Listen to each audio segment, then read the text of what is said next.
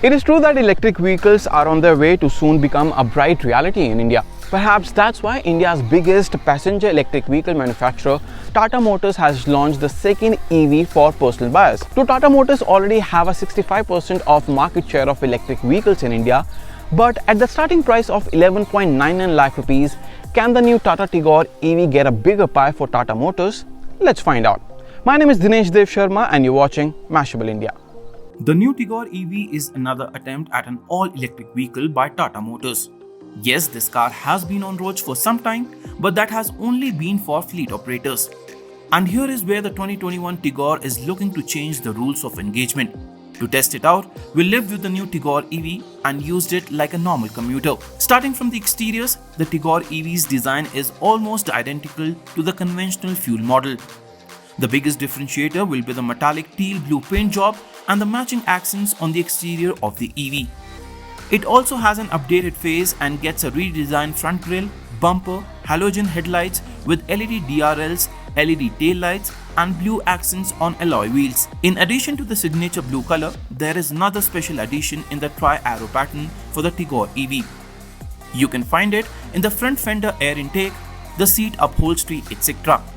The body panels and rear fenders seem to be identical to the ICE counterparts, only the EV doesn't get an exhaust pipe. But of course, on the whole, the new Tigor EV looks quite appealing, especially in the teal blue exterior color scheme. Aesthetically, it stands as an evolution over the standard pre-facelift Tigor and is sure going to be a head-turner on the road. The cabin layout of the Tata Tigor EV is identical to the standard Tigor. Yes, there are a few unique design elements such as the blue-colored highlights around the aircon vents and on the center tunnel, and cool-looking instrument cluster. And you also get upholstery with blue-colored stitching, which gives a nice premium feel, and the quality of the materials used is satisfactory. Both the front and rear seats are comfortable, with enough legroom for the rear passenger, though some extra thigh support would have been much appreciated. The design of the central console, however, looks a bit outdated with the mediocre Harman 7-inch infotainment system, and Tata should work on it. Another not-so-EV feature that might put you off is the old-school locking mechanism that takes you back to the 90s. Now moving on to the most important part, which is how the Tata Tigor EV like to drive. Well, if you're used to conventional engines, you would be shocked since the Tigor EV has no noise. The driving experience is completely different and takes time if you are used to petrol or diesel model. An EV is fast from the word go and smooth. It takes much less effort in driving it, and it is a calmer experience to drive it in traffic. Just like in Nexon EV, Tata Motors has used its versatile and scalable Ziptron electric module in this car as well. The Tigor EV has a 26 kWh lithium-ion battery compared to Nexon EV's 30.2 kWh, but delivers a comparable range of 306 km per single charge against Nexon's 312 km per charge. In real-life situation, it gave us about 230 km per charge.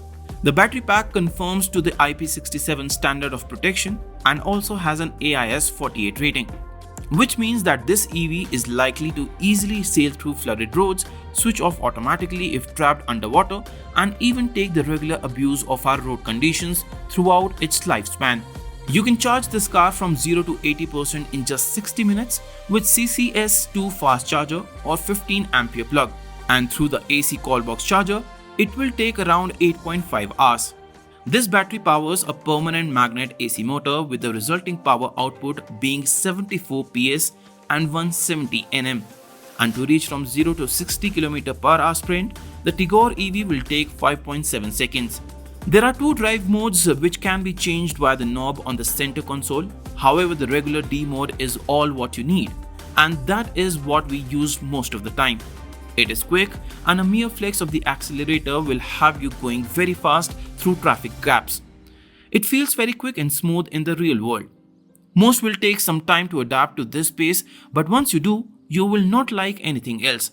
Sport mode is not needed, and mostly the tires cannot cope with the torque. The ride and handling is pretty good with precise steering and sporty handling.